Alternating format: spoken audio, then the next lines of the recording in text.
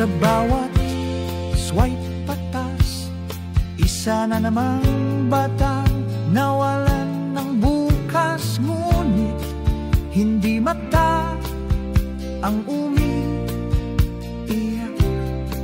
kundi ang screen na paulit-ulit binubuksan para sa views, para sa shares, para sa content.